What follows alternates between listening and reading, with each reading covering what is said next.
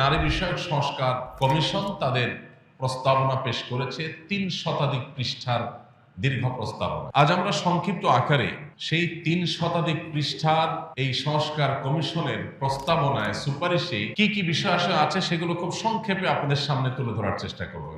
আসুন আমরা জানি কি আছে এখানে। ধর্মভিত্তিক পারিবারিক আইন, নারীর প্রতি বৈষম্য বিদ্যমান, ধর্মের কারণে নারী নাকি জুলুমের শিকার হয়, নারীর উন্নয়নের পথে যত প্রচেষ্টা হয় প্রায় ধর্মীয় গোষ্ঠীর প্রতিরোধের মুখে পড়ে, অবৈধ হারাম কাজের সঙ্গী তো রাখাই যাচ্ছে, আইনে তো নিষেধ নেই, তাহলে বিবাহ করে ফেললে সম্পদের অর্ধেক দিয়ে দেওয়া লাগবে। ৭৪ নম্বর পৃষ্ঠায় বৈবাহিক ধর্ষণের কথা বলা আছে, একই জিনিস ৯ নম্বর এবং ৭০ নম্বর পৃষ্ঠায় আছে। ৩৪ নম্বর পৃষ্ঠায় আছে সংবিধানের অনুচ্ছেদ ১৮(২)-এ গণিকাবৃত্তি অর্থাৎ পতিতাবৃত্তির বিষয়টিকে বাদ দিতে হবে। এই জিনিসটা তাদের কাছে এত বেশি গুরুত্বপূর্ণ যে এইটাকে তারা ৭৪ নম্বর পৃষ্ঠায়, ৩৭ নম্বর পৃষ্ঠায়, ১৩২ নম্বর পৃষ্ঠায়, ১৩৫ নম্বর পৃষ্ঠায়, ১৫৫ নম্বর পৃষ্ঠায়, অর্থাৎ পুরো সুপারিশনামার প্রতিটা পৃষ্ঠা বিভিন্ন জায়গায় তারা এটা লিখেছে। তার মানে তারা যে কোনো মূল্যে দেশে পতিতাবৃত্তি এটাকে প্রতিষ্ঠা করতে চায়, তারা চায় মহল্লা এটা প্রতিষ্ঠা হয়ে যায়। ৩৭ নম্বর পৃষ্ঠায় তারা লিখেছে যৌন পেশাকে অপরাধ হিসাবে চিহ্নিত না করা এবং শ্রম আইনে এটাকে স্বীকৃতি দেওয়া, এটা দাবি করেছে তারা। ১০৫ নম্বর পৃষ্ঠায় আছে শরীর আমার সিদ্ধান্ত আমার। ১৬৩ নম্বর পৃষ্ঠায় আছে ঘরের কাজ নারীর বা নারীরা ধূমপান করে না এই জাতীয় উপস্থাপন করা থেকে বিরত থাকতে হবে। ৩৪ নম্বর পৃষ্ঠায় আছে সংবিধানের ৩৯(২) অনুচ্ছেদে শালীনতা এবং নৈতিকতার কথা বলা আছে, এটা বাদ দিতে হবে। ৩৫ নম্বর পৃষ্ঠা আছে মহিলা বাদ দিয়ে নারী বলতে হবে, এটা পিছনে বিরাট মায়ের প্যাচ আছে। পতিতাবৃত্তি এই শব্দগুলো বলা যাবে না, যৌনকর্মী বলতে হবে, অর্থাৎ এটাকে এস্টাবলিশ করতে হবে। এদেশের একজন মানুষের অস্তিত্ব, শুধু মুসলমান নয়, একজন মানুষের অস্তিত্ব বেঁচে থাকতেও ইনশাআল্লাহ এই নষ্ট জিনিসের একটা লাইন বাস্তবায়ন করতে দেওয়া হবে না। সময়ের সবচাইতে আলোচিত বিষয়গুলোর মধ্যে থেকে একটি হলো নতুন বাংলাদেশে সংস্কার কার্যক্রম চলমান আছে। একটি দেশ ৫০ বছর বয়স পার হলেও কাঙ্ক্ষিত উন্নতি, অগ্রগতি এবং প্রত্যাশিত ডেভেলপমেন্টের পর্যায়ে যেতে পারেনি, সেজন্য বিভিন্ন ক্ষেত্রে বিভিন্ন সেক্টরের সংস্কার প্রয়োজন। এটা নিয়ে দেশের কোনো সুস্থ মস্তিষ্কের কোনো মানুষের দ্বিমত করার কোনো কারণ নাই। আমাদের পরে স্বাধীনতা অর্জন করা বহু দেশ আমাদের চোখের সামনে আমরা দেখতে পাই, যারা আমাদের চাইতে ৫০, কেউ ১০০ বছর এগিয়ে আছে, অর্থাৎ আমরা আরো ৫০-১০০ বছর পর হয়তো তাদেরকে স্পর্শ করতে পারি কিনা সন্দেহ। তো এইরকম একটা পরিস্থিতিতে দেশে বিভিন্ন সেক্টরে সংস্কার হচ্ছে, সংস্কার হবে, সেটাই স্বাভাবিক। তাছাড়া সংস্কার এটা একটা চলমান প্রক্রিয়া, সংশোধনী, ভুলভ্রান্তিকে ঠিকঠাক করে নতুন করে পথ চলা, এটা আমাদের প্রত্যেকটা মানুষের জীবনের জন্য গুরুত্বপূর্ণ পদক্ষেপ। কিন্তু সংস্কার করে যদি মানুষ যে অবস্থানে আছে তার চাইতে আরো নিচের দিকে যাওয়ার মতো কোনো ভূমিকা নেওয়া হয়, তাহলে সেই সংস্কার অবশ্যই নিন্দনীয়, নিকৃষ্ট এবং সেই সংস্কার কখনো সাধুবাদ পাওয়ার উপযুক্ত নয়। সম্প্রতি বিভিন্ন সেক্টরে যে সংস্কার চলছে, এর মধ্যে নারী বিষয়ক সংস্কার কমিশন তাদের প্রস্তাবনা পেশ করেছে ৩ শতাধিক পৃষ্ঠার দীর্ঘ প্রস্তাবনা। আপনারা অনেকেই ইতোমধ্যে সেই প্রস্তাবনার বিরুদ্ধে নিন্দার ঝড় চতুর্দিক থেকে উঠতে দেখেছেন, শুনেছেন, সমালোচনার বান আপনারা অনেকে উপলব্ধি করেছেন, অনুভব করেছেন। আজ আমরা সংক্ষিপ্ত আকারে সেই ৩ শতাধিক পৃষ্ঠার এই সংস্কার কমিশনের প্রস্তাবনায় সুপারিশে কি কি বিষয় আছে সেগুলো খুব সংক্ষেপে আপনাদের সামনে তুলে ধরার চেষ্টা করব ইনশাআল্লাহ। এই সংস্কার কমিশন যে প্রস্তাবনা পেশ করেছে, এই প্রস্তাবনা রীতিমতো আমাদের সমাজের সকল ধর্মের, শুধু মুসলমান নয়, মুসলিম, খ্রিস্টান, বৌদ্ধ, হিন্দু, সকল ধর্মের মানুষের বিরুদ্ধে। বাংলাদেশের সব মানুষ এই ৪ ধর্মের মধ্যেই প্রায় সীমাবদ্ধ, সীমিত সংখ্যক কিছু নাস্তিক বাদ দিয়ে। তার মানে গোটা বাংলাদেশের সমস্ত মানুষের মূল্যবোধ, চিন্তা, দর্শন, বিশ্বাস এর সঙ্গে যুদ্ধের ঘোষণা করেছে কেমন যেন এই সংস্কার কমিশন। একটা সংস্কার প্রস্তাবনার ২টা বা ৩টা বা ৪টা ৫টা পয়েন্ট নিয়ে আপত্তি থাকতে পারে, কিন্তু এমন এক সংস্কার প্রস্তাবনা তারা জমা দিয়েছেন যার প্রতিটি পাতায় পাতায়, প্রতিটা পৃষ্ঠায় পৃষ্ঠায় রীতিমতো আপত্তি নয়, শরীরে যে কোনো বিশ্বাসী মানুষের গায়ে আগুন ধরবার মতো অনেক পয়েন্ট এখানে রয়েছে। সবচেয়ে অবাক করা বিষয় হলো, আপনারা নিশ্চয়ই সোশ্যাল মিডিয়ার কল্যাণে, মূলধারার মিডিয়াগুলোর কল্যাণে দেখতে পেয়েছেন যে নারী বিষয়ক সংস্কার কমিশনে যারা আছেন, একজন থেকে লেবাস লাগিয়ে আনা হয়েছে, এর বাইরে বাকি যারা আছে পুরো টিম মাননীয় প্রধান উপদেষ্টার সাথে তারা একসাথে ছবি তুলেছেন, পত্রপত্রিকায় সেগুলো ফলো করে প্রচার হয়েছে। তাদের কারোর মাথায় আমি কাপড় দেখিনি, অথচ বাঙালি নারী মাথায় কাপড় দেয়, হোক সে মুসলিম, হোক সে হিন্দু, হোক সে বৌদ্ধ, হোক সে খ্রিস্টান। তাহলে এই সংস্কার কমিশনের নারীরা তারা কি বাঙালি নারীর কোনো প্রতিনিধিত্ব করছে বলে মনে হয়? তাদের অন্যান্য যে সমস্ত বেশভূষা, তাদের যে ড্রেস আপ, তাদের যে হাব ভাব, এইটার সাথে মাননীয় প্রধান উপদেষ্টা দীর্ঘদিন ধরে তিনি গ্রামীণ নারীদের নিয়ে কাজ করছেন। আমার বিনীত অনুরোধ যে তিনি গ্রামের প্রত্যন্ত অঞ্চলের মহিলাদের নিয়ে দীর্ঘদিন ধরে কাজ করার অভিজ্ঞতা তার আছে। এদেশের আপামর সাধারণ মানুষের মা বোনরা, মেয়েরা, হিন্দু হোক, মুসলিম হোক, অন্য ধর্মের হোক, তাদের সাথে এই তথাকথিত নারী বিষয়ক সংস্কার কমিশনের নারীদের ড্রেস আপের কোনো মিল তিনি খুঁজে পান কিনা। এরা কি আসলে বাংলাদেশের আপামর সর্বস্তরের নারীদের প্রতিনিধিত্ব করে, নাকি পশ্চিমাদের নিছক দালালি এবং অন্ধ অনুকরণ করে? এটা বোঝার জন্য কোনো পণ্ডিত হওয়ার প্রয়োজন নাই, কমন সেন্স দিয়ে ছবিটার দিকে তাকালে বোঝা যায়। আমরা মানুষের ভালো কাজের প্রশংসা যেমন করতে কার্পণ্য করব না, ঠিক একইভাবে তিনি যখন কোনো ভুল করেন সেটা নিন্দা বা সমালোচনা করতেও কার্পণ্য করা উচিত নয়। অনেক ভালো কাজ যেমন প্রধান উপদেষ্টা মহোদয় করছেন, সেগুলোর জন্য প্রশংসা তিনি পাচ্ছেন, এটি তার হক, পাওনা, প্রাপ্য, কৃতজ্ঞতা আমাদের আদায় করা উচিত। কিন্তু সেক্ষেত্রে অনেক ভালো কাজের মধ্যে এই একটা কাজ এমন হয়েছে যে কাজটাকে আমাদের প্রত্যেককে শতকণ্ঠে সমালোচনা করতেই হবে, কারণ এটি আমাদের অস্তিত্বের প্রশ্ন, এটি আমাদের আত্মপরিচয়ের প্রশ্ন, আইডেন্টিটির প্রশ্ন। পৃথিবীর প্রত্যেকটা জাতি তার নিজস্ব জাতিসত্তা, নিজস্ব আত্মপরিচয় নিয়ে তারা বেঁচে থাকে। আপনি ইতালিতে গেছেন, সেখানে মানুষ পিজা পাস্তা খেয়ে অভ্যস্ত, সেখানে সব জায়গায় পিজা পাস্তা পাওয়া যায়, পিজা পাস্তা খেয়েই মানুষ থাকে বেশিরভাগ ক্ষেত্রে। আপনি সেখানে যে যখন দেখেছেন মানুষ পিজা খায়, পাস্তা খায়, এটাই তাদের প্রিন্সিপাল ফুড বা এটাই বেশিরভাগ মানুষ খায়, সব জায়গায় পাওয়া যায়। এবার আপনি সেখান থেকে বাংলাদেশে এসে সংস্কার প্রস্তাবনা দিলেন যে বাংলাদেশে আর ভাত মাছ নয়, আসুন আমরা পিজা পাস্তা ঘরে ঘরে খাওয়ার আন্দোলন সংগ্রাম করি। কোনো জায়গায় কোনো কিছু দেখে অন্ধের মতো সেটাকে অনুকরণ করার যে প্রবণতা, দুর্ভাগ্যজনকভাবে আমাদের এই তথাকথিত নারী বিষয়ক সংস্কার কমিশনের সদস্যদের প্রত্যেকের মধ্যে আমরা সেই প্রবণতা লক্ষ্য করেছি। আমি শুধু মূল পয়েন্টগুলো যদি আপনাদের সাথে শেয়ার করি, আমার মনে হয় আপনাদের বুঝতে কষ্ট হবে না যে এটা রীতিমতো বাংলাদেশের শত শত হাজার হাজার বছর ধরে চলে আসা আমাদের সংস্কৃতি, আমাদের আত্মপরিচয়, এটার বিরুদ্ধে রীতিমতো যুদ্ধের সামিল। সবচেয়ে অবাক হয়েছে যখন সরকার প্রধান সরাসরি বলেন যে এই সংস্কার প্রস্তাবনা, এই সুপারিশ মালা, এটাকে বইয়ে পাঠ্যপুস্তকে ঢুকাইতে হবে, ছাপায় বিলি করতে হবে, সর্বস্তরে প্রতিষ্ঠা করতে হবে। আসুন আমরা জানি যে কি প্রতিষ্ঠা করার কথা তারা বলছেন। আমি একটা কথা সবসময় বলি, পশ্চিমের মানুষ, ইউরোপিয়ান আমেরিকানরা, তারা অনেক ক্ষেত্রে জাগতিক জ্ঞান বিজ্ঞান, তথ্য প্রযুক্তি, অবকাঠামো, কলকারখানা, আবিষ্কার, এসব ক্ষেত্রে তারা আমাদের চাইতে অনেক দূরে এগিয়ে, এবং সেক্ষেত্রে তাদের অনুসরণ করতে কোনো সমস্যা নেই। তাদের সেগুলো অনুসরণ করে আমরাও এগিয়ে যাওয়ার চেষ্টা করতে পারি। কিন্তু যেই ক্ষেত্রে আমরা তাদের চাইতে আগে আছি, সেই ক্ষেত্রে তাদের অনুকরণ করার কোনো প্রশ্ন উঠতে পারে না।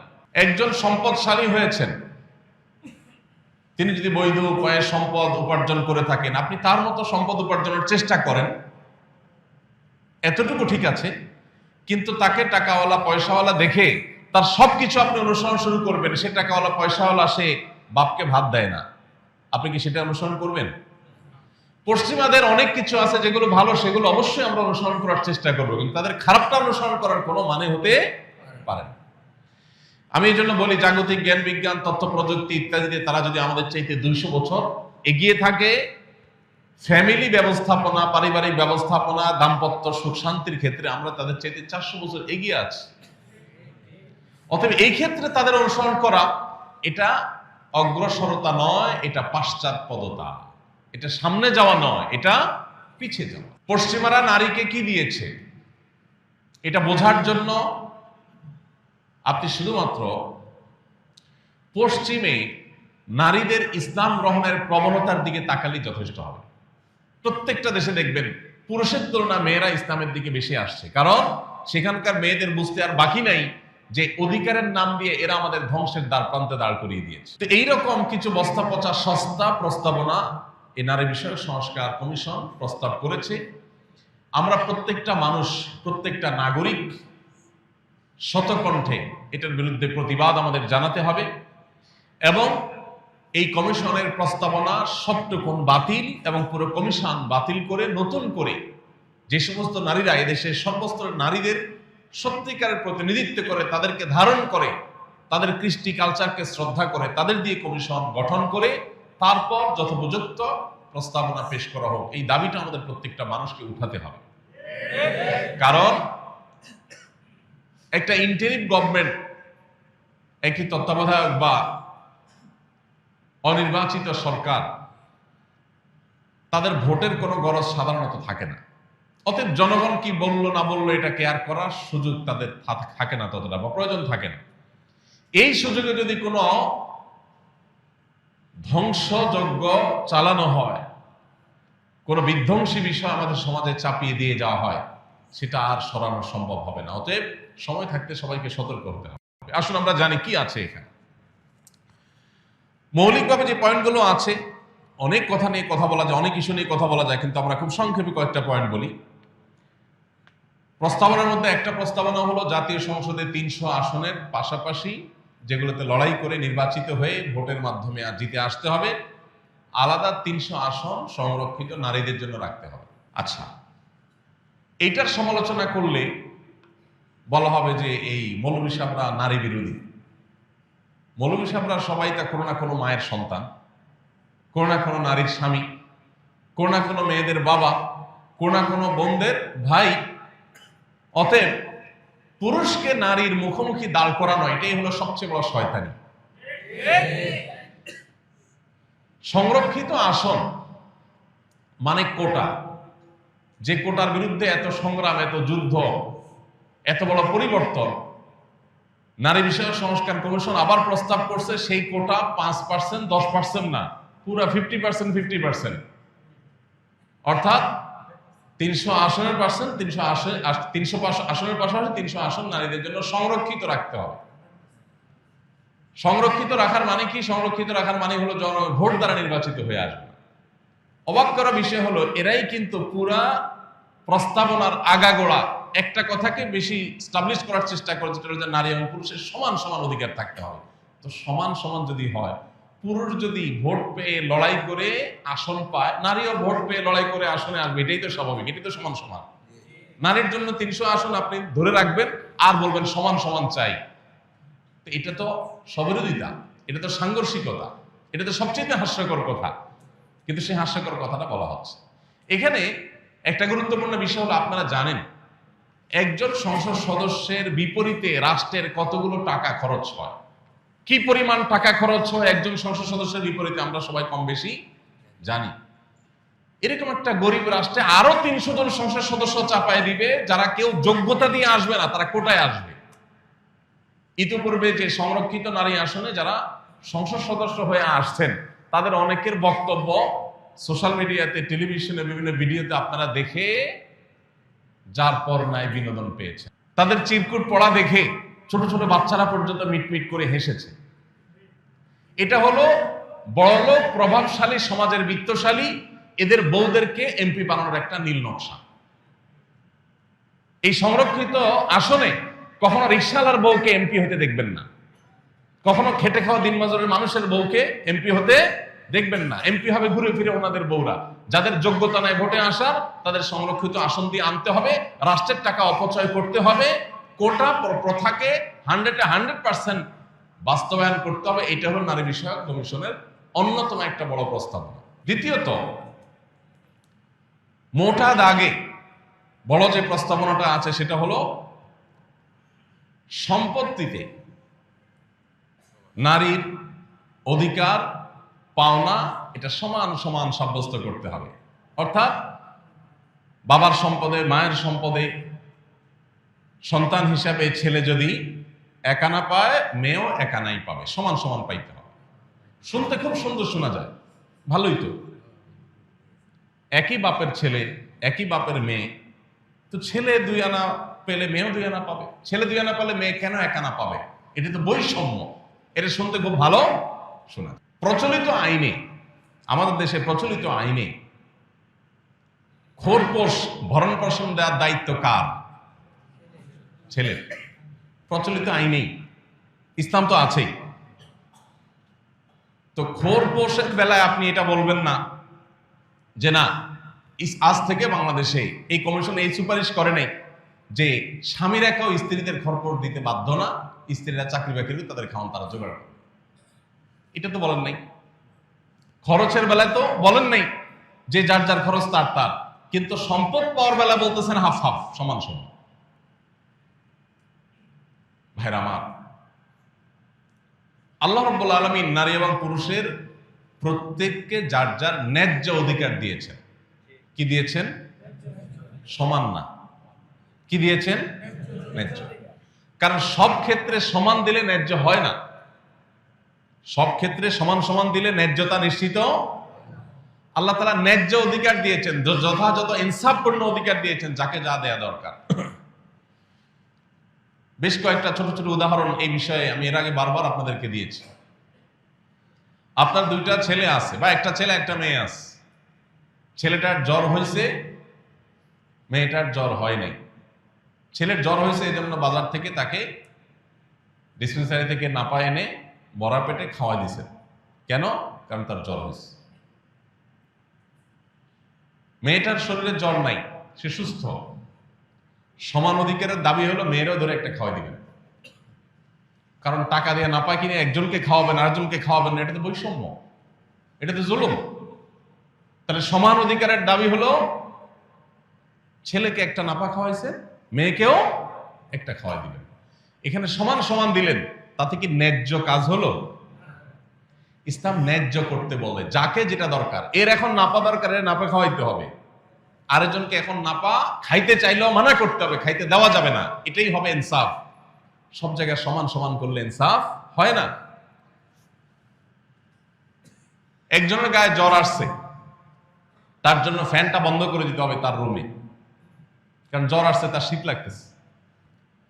আরেকজনের ঠান্ডা সর্দি লাগে না, এখন খুব গরম পড়তেছে, তার রুমে ফ্যানটা অবশ্যই বন্ধ রাখতে হবে, কারণ সমান সমান লাগবে। মেয়ের রুমে ফ্যান যখন বন্ধ, তাহলে ছেলের রুমে ফ্যান বন্ধই থাকা উচিত, নাহলে সমান সমান হবে। এখন যদি ছেলের রুমে ফ্যানটা চালাইতে দেন, তাহলে একজনের ফ্যানের বাতাস খাওয়াচ্ছেন, সে বিদ্যুৎ বিল খরচ করতেছে, আরেকজন ফ্যানের বাতাস খাচ্ছে না, বিদ্যুৎ বিল বাঁচাচ্ছে, তাহলে জুলুম হয়ে গেল, বৈষম্য হয়ে গেল। এবার যদি দোনো রুমে আপনি ফ্যান চালাই দেন, এটা কি ইনসাফ হবে না জুলুম হবে? তাহলে এই জুলুম এটা যেন না হয়, সেজন্য আল্লাহ রাব্বুল আলামিন আমাদেরকে ন্যায্যতা করেছেন। কোন কোন জায়গায় না দিয়া ইনসাফ হয়, কোথাও কোথাও দিয়া ইনসাফ হয়। ভাইরা আমার, এরকম বহু এক্সাম্পল দেওয়া যাবে। আপনার বাচ্চা একটা 5 বছর বয়সের, আর একটা 20 বছর বয়সের। 20 বছর বয়সের বাচ্চার জন্য যেহেতু বড় জামা কিনছেন, বড় পায়জামা প্যান্ট কিনছেন, এই জন্য 5 বছরের বয়সটারে ছোট দিলে তার প্রতি জুলুম হয়ে যায়। একজনের 2 হাতের জামা দিলেন, পায়জামা দিলেন, আরেকজনকে মাত্র 1 বিঘতের দিলেন, 1 হাতের দিলেন, এটা তো জুলুম হয়ে গেল। এই জন্য 20 বছরের টারে যে সাইজের জামা পায়জামা কিনে দিচ্ছেন, একই সাইজের জামা পায়জামা 5 বছরের টারে কিনে পরাই দিচ্ছেন। এটা হবে সমতা, এটা হবে কি সমতা, কিন্তু এটা ইনসাফ হবে না। তাহলে ইসলাম আমাদেরকে সমতার কথা বলে না ইনসাফের কথা বলে? ইনসাফের কথা বলে। ভাইরা আমার, এরকম বহু উদাহরণ দিয়ে বোঝানো যাবে। আল্লাহ রাব্বুল আলামিন মেয়েদেরকে সম্পদে যে ছেলেদের অর্ধেক সম্পদ দিতে বলেছেন, ভাগ রেখেছেন, এটা ন্যায্যতার প্রয়োজনে। এখানে সমান সমান দিলে ন্যায্যতা নিশ্চিত হবে, কারণ ভরণ পোষণ এবং ক্ষয় খরচের সকল বিষয়ে ছেলেকে দায়িত্ব দেওয়া হয়েছে। একজনকে আপনি 10 টাকা দিয়ে বললেন বাজার থেকে এটা আনো, ওইটা আনো, ওইটা আনো, ওইটা আনো। আরেকজনকে 5 টাকা দিয়ে বললেন তোমার কিচ্ছু আনতে হবে না, এটা তোমার। এখন যদি বলে যে কেন একজনকে 5 টাকা দেওয়া হলো, তার প্রতি জুলুম করা হয়েছে, এটা যেরকম মূর্খতা সুলভ প্রশ্ন, ঠিক একইভাবে আল্লাহ তাআলার বিধান নিয়ে প্রশ্ন তোলা এটাও মূর্খতা সুলভ প্রশ্ন। নারী অধিকার কমিশন মোটা দাগে এই প্রস্তাবনা তারা সামনে আনছে। এরপর আসেন, আমি সময় কম, পড়ে শোনায় যাই। তাদের এই সংস্কার কমিশনের প্রথম পৃষ্ঠায় আছে, ধর্মভিত্তিক পারিবারিক আইন নারীর প্রতি বৈষম্য, আইনে নারীর প্রতি বৈষম্য বিদ্যমান। ধর্মভিত্তিক পারিবারিক আইন যদি থাকে সমাজে, ধর্মের কারণে নারী নাকি জুলুমের শিকার হয়। ইসলাম নারীদের প্রতি নাকি জুলুম করে, যেমন বিয়ে, তালাক, উত্তরাধিকার, এগুলোতে নাকি, এগুলো ধর্মভিত্তিক পারিবারিক আইনের কারণে এগুলোতে নাকি নারী জুলুমের শিকার হয়, বৈষম্যের শিকার হয়। এটা নিয়ে আলাদা আলাদা করে আলোচনা করা যায়, লম্বা আলোচনা করা যায়, কিন্তু সময় আমাদের নাই, প্রয়োজনও খুব একটা নাই। তালাক ছেলেরা দিবে, মেয়েরা দিবে না, এটাই হলো শরিয়ার আইন। এখন এদের দাবি হলো মেয়েরাও তালাক দিতে পারতে হবে, সমান সমান অধিকার থাকতে হবে। ছেলে মেয়ে উভয়ের হাতে, এক পক্ষের হাতে তালাক দেওয়ার পাওয়ার আছে, তাতেই বিয়ে যে পরিমাণ হয় ভাঙে সে পরিমাণ। যদি উভয় পক্ষের হাতে তালাক দেওয়ার ক্ষমতা দেওয়া হয়, তাহলে বিয়ে আর একটাও টিকবে না। আল্লাহ কেন নিষেধ করেছেন সেটা বোঝার মতো ঘিলু বা মগজ তোমার মাথায় হয়তো নাই, তুমি আল্লাহর আইন নিয়ে প্রশ্ন তুলতে আসছো। 26 নম্বর পৃষ্ঠায় আছে, নারী উন্নয়নের পথে, নারীর উন্নয়নের পথে যত প্রচেষ্টা হয় প্রায় ধর্মীয় গোষ্ঠীর প্রতিরোধের মুখে পড়ে। তার মানে নারীকে তারা আগায় নিতে চায়, বাধা দেয় হলো কারা? ধর্মীয় গোষ্ঠী। আমার প্রশ্ন, বাংলাদেশের মানুষ তো ধর্মপ্রাণ, হিন্দুরা, মুসলমানরা, খ্রিস্টানরা, বৌদ্ধরা, প্রত্যেকে যার যার ধর্মের ব্যাপারে ধর্মপ্রাণ। বাংলাদেশের মানুষের ধর্মপ্রাণ হওয়ার ব্যাপারে পৃথিবীর কারোর কোনো দ্বিমত পোষণ করার কোনো কারণ নাই। ধর্মপ্রাণ মানুষদের এখানে ধর্মীয় গোষ্ঠীকে দোষী করা হচ্ছে। প্রশ্ন হলো, এই সংস্কার কমিশনের যারা সদস্য আছেন তারা কি বিধর্মীয় গোষ্ঠী? তারা কোনো ধর্ম বিশ্বাস করেন না? এটা তারা পরিষ্কার করে বলুন। ধর্মীয় গোষ্ঠী বলতে তো সকল ধর্মের মানুষ, সকল ধর্ম অনুসারীদেরকে দোষী করা হলো। তাতে একজন বেনামাজি যে সেও দোষী, একজন রিকশাওয়ালাও দোষী, সবাইকে দোষী করা হলো যে ধর্মীয় গোষ্ঠী বাধা দেয়। তার মানে নাস্তিকরা বাধা দেয় না, ধর্মীয় গোষ্ঠীর বিপরীতে যাদের ধর্ম নাই সেই গোষ্ঠী। তাহলে এরা শতকরা কয়জন মানুষ, লাখের মধ্যে কয়জন মানুষকে তারা রিপ্রেজেন্ট করছে এবং তাদের চিন্তাধারা আমাদের উপরে চাপাতে এসেছে। 45 নম্বর পৃষ্ঠায় আছে, অভিন্ন পারিবারিক আইন প্রবর্তন করতে হবে। অভিন্ন পারিবারিক আইন মানে মুসলমান, হিন্দু, খ্রিস্টান, বৌদ্ধ সব ধর্মের মানুষের এক আইনে, এক নিয়মে বিয়ে হবে, এক নিয়মে বিচ্ছেদ হবে, সব এক নিয়মে হবে। এই সম্পর্কে কয়দিন আগে দেখলাম, সম্ভবত 2 দিন আগে দেখলাম, একজন হিন্দু ভদ্র মহিলা, তিনি এবং হিন্দু ধর্মের অনেকে বেশ তীব্র প্রতিবাদ জানিয়েছে, আপত্তি জানিয়েছে। সব ধর্মের মানুষকে এক আইনের অধীনে নিয়ে আসতে চান তারা। একটা নীতিমালার আলোকে সবাই বিয়ে, তালাক, উত্তরাধিকার আইন সবকিছুকে, সকল ধর্মের মানুষকে একটা অভিন্ন নীতিমালা এবং অভিন্ন পারিবারিক আইনের আওতায় তারা আনতে চাচ্ছে, যেটার বিরুদ্ধে দেশের সকল ধর্মের মানুষ ঐক্যবদ্ধ আছে। 41 নম্বর পৃষ্ঠায় আছে, বিবাহ বিচ্ছেদের ক্ষেত্রে ন্যায়সঙ্গত নিষ্পত্তি নিশ্চিত করার প্রয়োজনে বা করতে বৈবাহিক সম্পত্তির 50-50 ভাগাভাগি কার্যকর করতে হবে। আপনারা অনেকে জানেন, পশ্চিমা পৃথিবীতে এবং পৃথিবীর অনেক দেশে একটা নিয়ম আছে, বিয়ে হওয়ার পর কোনো কোনো দেশে আছে 3 বছর যদি সংসার টিকে, এরপর যদি তালাক বা বিচ্ছেদ হয়, স্বামীর সম্পদের অর্ধেক বউকে দিয়ে দিতে হবে। আপনারা অনেকে জানেন, পৃথিবীর সবচেয়ে বড় ধনীদের একজন, তিনি কয়েক বিলিয়ন তার বউকে দিয়ে তালাক দিচ্ছেন কিছুদিন আগে। উপার্জন করবে স্বামী, বিচ্ছেদ হয়ে গেলে তার ভাগ অর্ধেক দিয়ে দিতে হবে কাকে? স্ত্রীকে। ভাইরা আমার, পশ্চিমারা এবং তাদের পেছনে থাকা শয়তান মূলত পরিবার ব্যবস্থাপনার সবচেয়ে বড় শত্রু। পরিবার ব্যবস্থাপনা পৃথিবী থেকে তুলে দিতে চায়, এর নানাবিধ কারণ আছে, অনেক দীর্ঘ ব্যাখ্যা আছে, আলোচনা আছে।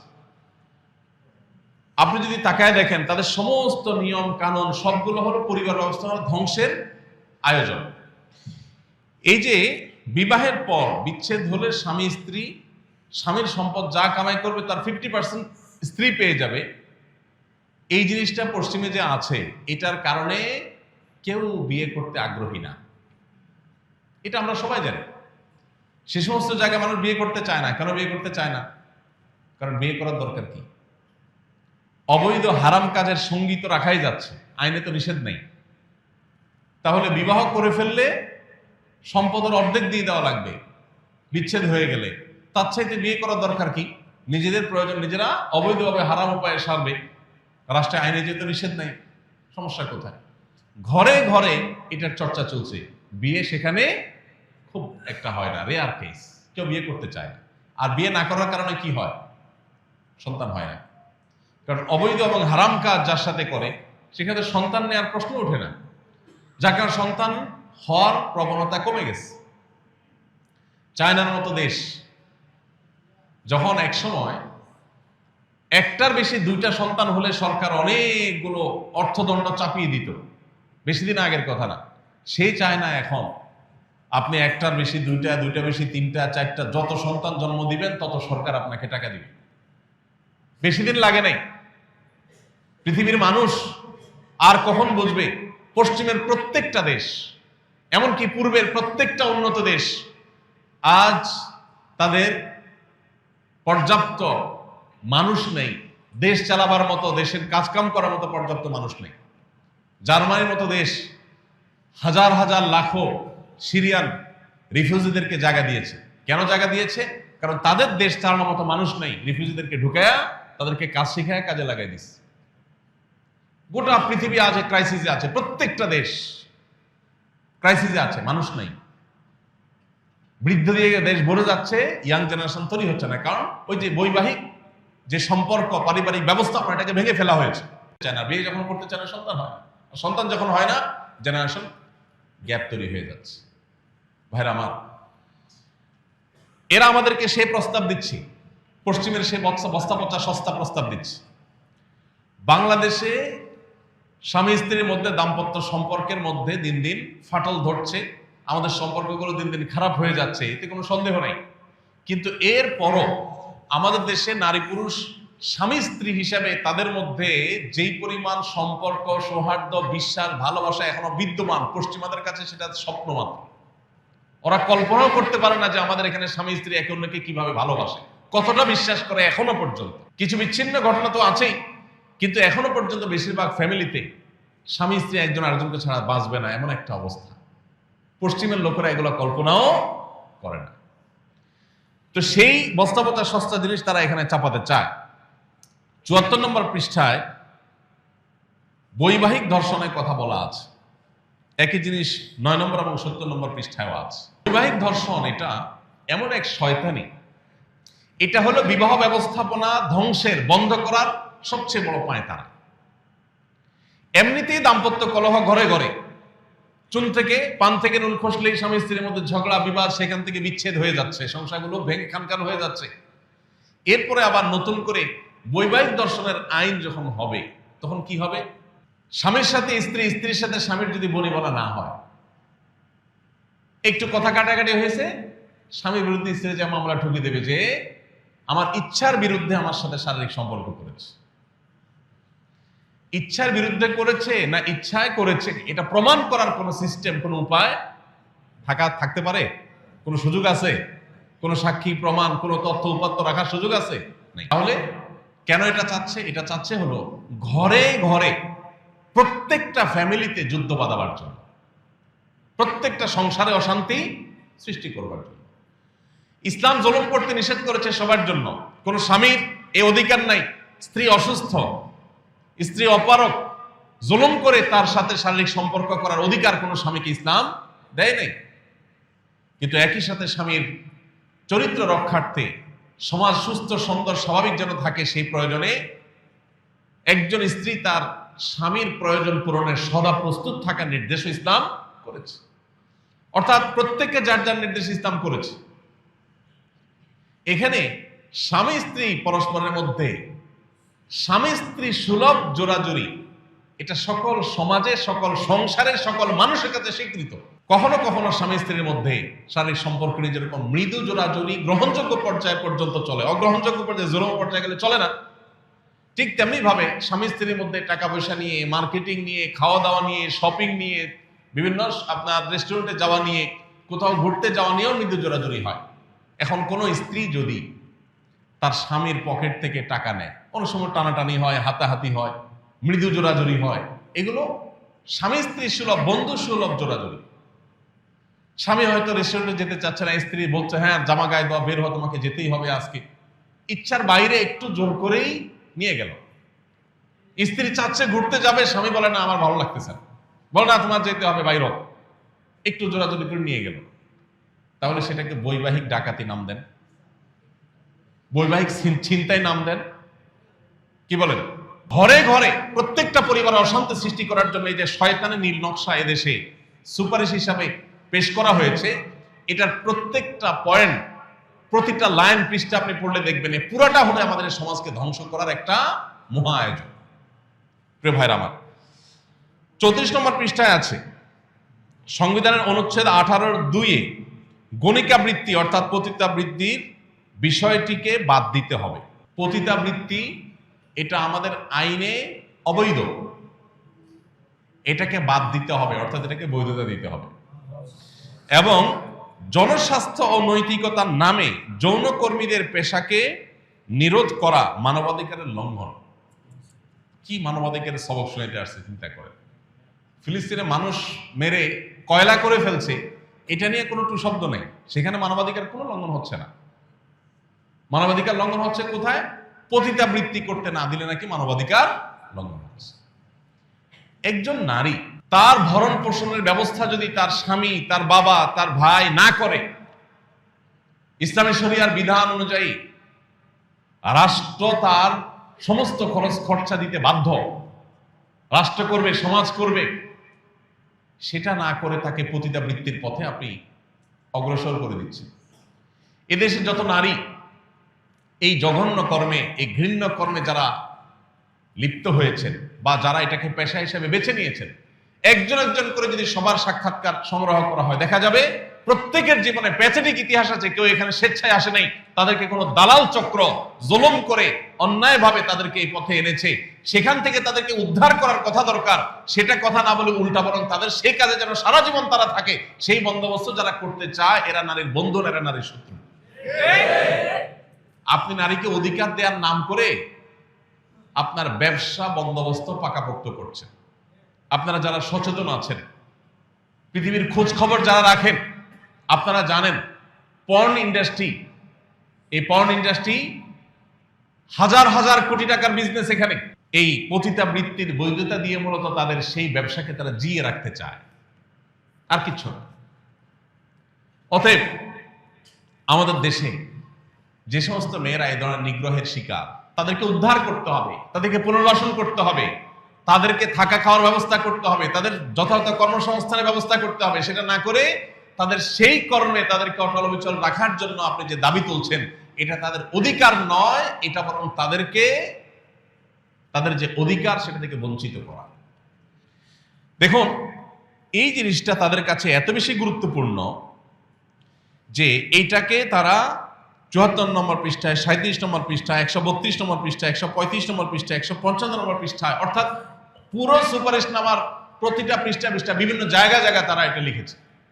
তার মানে তারা যে কোনো মূল্যে এদেশে পতিতাবৃত্তি এটাকে প্রতিষ্ঠা করতে চায়। তারা চায় মহল্লা মহল্লা এটা প্রতিষ্ঠা হয়ে যাক। 37 নম্বর পৃষ্ঠায় তারা লিখেছে,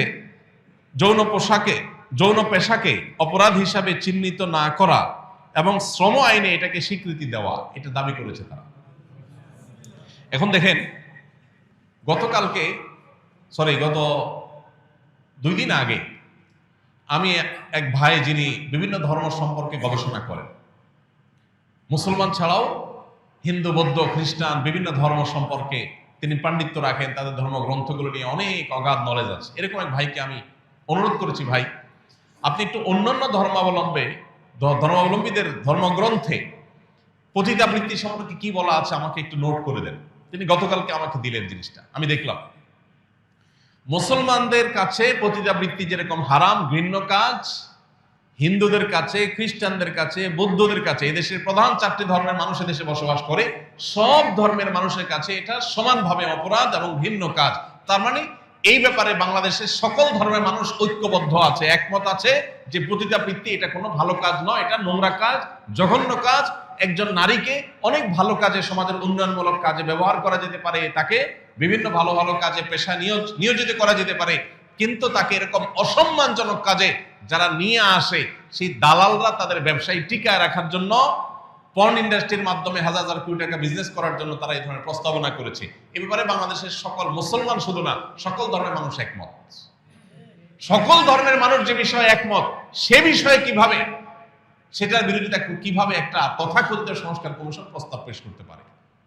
আমি এই জন্য শুরুতে বলেছি, এটা হলো আমাদের পরিবার ব্যবস্থাপনা, আমাদের সমাজ ব্যবস্থাপনার বিরুদ্ধে রীতিমতো যুদ্ধের শামিল। আপনারা জানেন এইডস, আরো পৃথিবীতে জঘন্য জঘন্য যত সব রোগ, যেগুলোর কারণে মানুষ নিশ্চিত মৃত্যুর কোলে ঢলে পড়ছে, পৃথিবীর বহু দেশ সাফার করছে এইডস সহ বিভিন্ন রোগ নিয়ে। এই রোগের প্রধান কারণই হলো এই পতিতাবৃত্তি। এরপরে এর ফলে আরো সমাজে যে সমস্ত অনাচার হয়ে থাকে সেগুলোর ফিরিস্তি অনেক লম্বা। অতএব এইটাকে নাকি বৈধতা দিতে হবে, সে বিষয়ে তারা সুপারিশ করছে। 105 নম্বর পৃষ্ঠায় আছে শরীর আমার, সিদ্ধান্ত আমার। ভ্রষ্ট এনজিও গুলো দীর্ঘদিন পর্যন্ত সমাজের গ্রামে গঞ্জে গোপনে গোপনে যে কথা বলতো, এখন তারা রাষ্ট্রযন্ত্র দিয়ে সে কথা বলার চেষ্টা করছে। তাদের সাহস কোথায় গিয়ে ঠেকেছে আপনি চিন্তা করতে পারেন। একজন মুসলমানের বিশ্বাস কি শরীর তার, সিদ্ধান্ত তার, না শরীর যে যার সৃষ্টি, যার সিদ্ধান্ত তার? আমরা নিজেরা আল্লাহর বিধান অনুযায়ী মানতে না পারলেও বিশ্বাস আমাদের এটা আছে, মানা উচিত। আমি পারছি না, কিন্তু উচিত, আল্লাহ আমাকে সৃষ্টি করছেন তার নির্দেশ অনুযায়ী চলা। এখানে শরীর আমার, সিদ্ধান্ত আমার মানে হলো ধর্মকে সাইড করে ফেলা, কোরআন হাদিসকে সাইড করে ফেলা। 23 নম্বর পৃষ্ঠায় আছে 3 মাসের মধ্যে গর্ভপাতের বৈধতা বাস্তবায়ন করতে হবে। তার মানে খেয়াল খুশি মতো যে কেউ অবৈধ সম্পর্ক করলো, গর্ভের সন্তান চলে আসলো, 3 মাসের মধ্যে হলে সেটা গর্ভপাত করতে পারবে, এটা আইন করতে হবে, সুযোগ দিতে হবে যাতে আকাম বেশি বেশি করা যায়। এরা নাকি মানবাধিকার কর্মী। যে সন্তান মাতৃগর্ভে এসে গেছে তাকে মেডিসিন দিয়ে হত্যা করা, এই কাজটার প্রস্তাবনা যারা করতে পারে নাকি মানুষের অধিকারের কথা বলে। আস্ত মাতৃগর্ভে শিশু হত্যার কথা যারা বলে, ভ্রূণ হত্যার কথা যারা বলে, তারা নাকি মানবাধিকার কর্মী। 10 নম্বর পৃষ্ঠায় আছে রাষ্ট্র হবে ইহজাগতিক এবং মানবিক। খেয়াল করেন, রাষ্ট্র হবে ইহজাগতিক। রাষ্ট্রে পরকাল নিয়ে কোনো ভাবনার নামগন্ধ থাকতে পারবে না।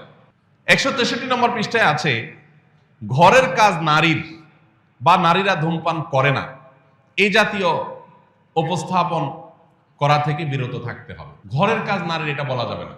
তাহলে কি বলতে হবে? বলতে হবে নারী ঘরের বাইরে যাবে, নারী ঘরের বাইরে যাবে। দেখেন, যে সমস্ত সংসারে, আমাদের দেশে এখানে অনেকে আছেন হয়তো স্বামী স্ত্রী 2 জন জব করেন, রান্নাটা 2 জন হাফ হাফ করেন।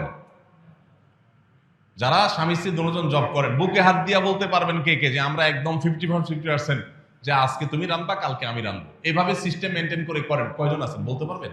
তাহলে বেচারিকে বাহিরে কাজে পাঠায় দিলেন অধিকার নাম করে, যে তুমি ঘরে কেন বসে থাকবা, তোমার অধিকার আছে বাইরে যা কাজ করা। অধিকারের নাম দিয়া পাম্পট্টি দিয়া তারে কামে লাগিয়ে দিলেন। এরপরে ঘরের যে কাম আছে সেটাও সে করলো। তাহলে ডিউটি কি কম হলো না ডাবল হলো? আচ্ছা, এরপরে আসেন, আল্লাহ তাআলা সন্তান নারীর গর্ভে দিবে, ছেলের গর্ভে দিবেন না, এটি আল্লাহর সিস্টেম। সন্তান গর্ভ দেওয়ার পর 10 মাস অনেকটা বিছানায় শুয়ে থাকতে হয়। এর মতো হার্ড ডিউটি আপনি তো 10 বছরও করতে পারবেন না। তারে তো বাহিরে আপনি কাজে পাঠিয়ে দিচ্ছেন, আপনার সাথে নিয়ে যাচ্ছেন, সেও জব করতেছে, কিন্তু তার যে সন্তান গর্ভধারণ করার ডিউটি, ওইটা কি হাফ নিতে পারছেন আপনি? এরপর 2 বছর ধরে যে সন্তানকে দুধ পান করাইতে হবে, এটা তো খুব শান্তির কাজ না? এর চেয়ে কঠিন ডিউটি আরেকটা আছে?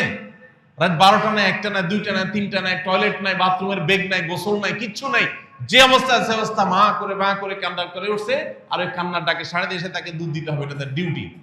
এই কঠিন ডিউটিটা যদি বলেন যে তুমিও তো চাকরি করো, আমিও চাকরি করি, কষ্ট তোমারও হয় আমারও হয়, তাহলে দুধ তুমি 1 বছর খাও, 1 বছর আমি খাও, কোনো সুযোগ আছে? আল্লাহর সিস্টেমের উপরে এই শয়তানি, পশ্চিমারা এগুলো করে তাদের পরিবার ব্যবস্থাপনা, তাদের সমাজ শেষ হয়ে গেছে, ধ্বংস হয়ে গেছে। সেগুলো আমার দেশে আমদানি করার অপচেষ্টা ইন্টারিম গভর্নমেন্টের মাথার উপরে ভর করে যারা করতে চাচ্ছে, তারা জানে না এটা করতে চাইলে এদেশের একজন মানুষও সেটা করতে দিবে না। আমরা সরকারের ভালো কাজের প্রশংসা করে দেখি, এই নয় যে সরকারের এত বড় সাহস হবে এদেশের সকল ধর্মের মানুষের বিশ্বাসের বিরুদ্ধে তারা দাঁড়াবে, এত বড় দুঃসাহস করা, এটা কোন সুযোগ এই সমাজে অন্তত। এই কথাগুলো আমার বলা লাগতো না, যেখানে মাননীয় প্রধান উপদেষ্টা নিজে বলছেন যে এটা ছাপায় বিলি করা দরকার, এটা পাঠ্যপুস্তকে পড়ানো দরকার, এটা নাকি এত গুরুত্বপূর্ণ ভালো ভালো জিনিস এটাতে আছে। ওনার ভালো কাজের প্রশংসা আমরা করবো, তাই বলে এই ধরনের জঘন্য কথা, এটার সমালোচনা অবশ্যই আমাদেরকে করতে হবে, এটা আমাদের দায়িত্ব। ভাইরা আমার, এরপর দেখেন 100 পৃষ্ঠায় আছে এই সুপারিশনামা, যৌন শিক্ষা নিশ্চিত করতে হবে। যৌন শিক্ষা নিশ্চিত করতে হবে। পৃথিবীর অন্য সব প্রাণী তাদের বংশধারা পৃথিবীতে টিকে থাকে যৌন শিক্ষার মাধ্যমে, তো নাকি? তারা কোন স্কুলে গিয়ে যৌন শিক্ষা নেয়? দেখেন, নারী বলেন পুরুষ বলেন, প্রত্যেকটা মানুষের আল্লাহ তাআলা একটা নির্দিষ্ট বয়সে আসার পর তার ভিতরে শারীরিক যে চাহিদা দিয়েছেন, এটা যাতে সে বিপদগামিতার পথে না করে, এক্ষেত্রে যেন সে অসতর্ক না হয়। প্রত্যেকটা পরিবারেই মায়েরা মেয়েদেরকে এবং কোনো কোনো ক্ষেত্রে বাবারা ছেলেদেরকে অথবা বিভিন্নভাবে ছেলে মেয়েদেরকে পারিবারিকভাবে এগুলো শেখানো হয় শালীনতা এবং লজ্জাশীলতার গণ্ডির মধ্যে থেকে। এরা চায় যে এই লাজ লজ্জা শরম সব উঠে যাক।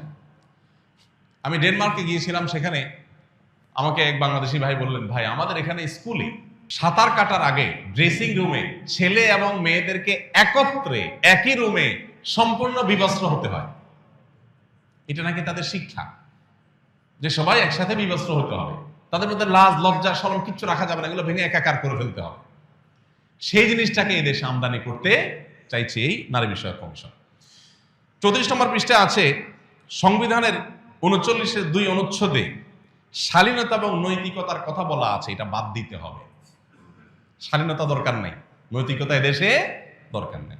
35 নম্বর পৃষ্ঠায় আছে মহিলা বাদ দিয়ে নারী বলতে হবে। এটা পিছনে বিরাট মায়ের প্যাচ আছে। এই কমিশনের নাম কিন্তু মহিলা বিষয়ক কমিশন না, নারী বিষয়ক। এটার কাহিনী কি? এটার কাহিনী হলো সমকামিতাকে আস্তে আস্তে সমাজে গেলানো। মহিলা শব্দ বললে পুরুষের বিপরীতে একেবারে পরিষ্কার দুইটা আলাদা আলাদা সত্তা, আলাদা আলাদা পরিচয় প্রকাশ পায়। এটাকে নানাভাবে দূর করে দিয়ে মধ্যখানে আরেকটা পরিচয় স্টাবলিশ করার চেষ্টা চলছে। আপনারা এখন সরকারি বিভিন্ন প্রজ্ঞাপনে, বিজ্ঞাপনে, বিভিন্ন ঘোষণাপত্রে আপনারা খেয়াল করবেন যে লিঙ্গ পরিচয়ের ওখানে নারী পুরুষ, আরেকটা আছে অন্যান্য। অন্যান্য কি আবার? নারী এবং পুরুষের ছাড়া আর কোনো সৃষ্টি আছে? যারা হিজড়া বলছি যাদেরকে আমরা, তারাও আসলে হয় নারী নয় পুরুষ, হয়তো কোনো একটা সিমটম তার মধ্যে একটু বেশি আছে। আল্লাহ তাআলা কোরআনে কারীমে বলেছেন, ইন্না খালাকনাকুম মিন যাকারিন ওয়া উনসা, আমি তোমাদেরকে নারী এবং পুরুষ করে সৃষ্টি করেছি, তৃতীয় কোনো লিঙ্গ বা পরিচয় মানুষের নাই। এই অতি সম্প্রতি আপনারা দেখেন আমেরিকান সরকার পরিষ্কার করে, ট্রাম্প ক্ষমতায় এসে একদম প্রথম ঘোষণাই ছিল তার, যে মানুষের মধ্যে নারী এবং পুরুষ ছাড়া তৃতীয় কোনো লিঙ্গ বলতে কিচ্ছু নেই। এবং তার নির্বাচনের সবচেয়ে বড় সহায়তাকারী আপনার ইলন মাস্ক, তিনি বলেছেন তার সম্ভবত ছেলেটা মেয়ে হয়ে গেছে, না জানো মেয়েটা ছেলে হয়েছে। তিনি বলছেন আমার সন্তানটাকে মেরে ফেলেছে এই আইডিওলজির লোকেরা, যারা ট্রান্সজেন্ডার মতবাদে দেশে চাপাতে চায়, তারাই। অতি সম্প্রতি বেশ কয়েকটা উন্নত দেশে ইতিমধ্যে এটা নিয়ে, ইংল্যান্ড সহ বেশ কয়েকটা দেশে ইতিমধ্যে আদালতের রায় হয়ে গেছে এগুলোর বিরুদ্ধে। কিন্তু আমাদের দেশে ওই যে পুরান পাগলে ভাত নাই, নতুন পাগল বোঝাইছে, এই অবস্থা।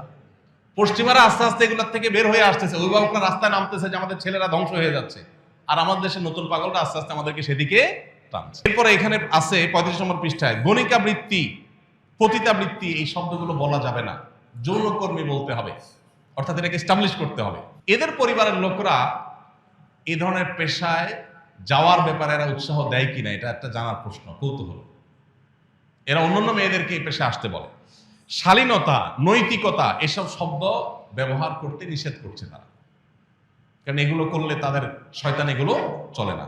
এই আমলে যত সংস্কার কমিশন যত সংস্কার প্রস্তাবনা করেছে তার 2টা 4টা 6টা পয়েন্ট নিয়ে আপনার আমার কারো ভিন্ন মত থাকতে পারে, কিন্তু এই তথাকথিত নারী বিষয়ক সংস্কার কমিশন এদের এই প্রস্তাবনার আগা গোড়া পুরাটাই নর্দমায় ছুঁড়ে ফেলে দেওয়ার মতো, এই পুরাটাই ড্রেনে ফেলে দেওয়ার মতো।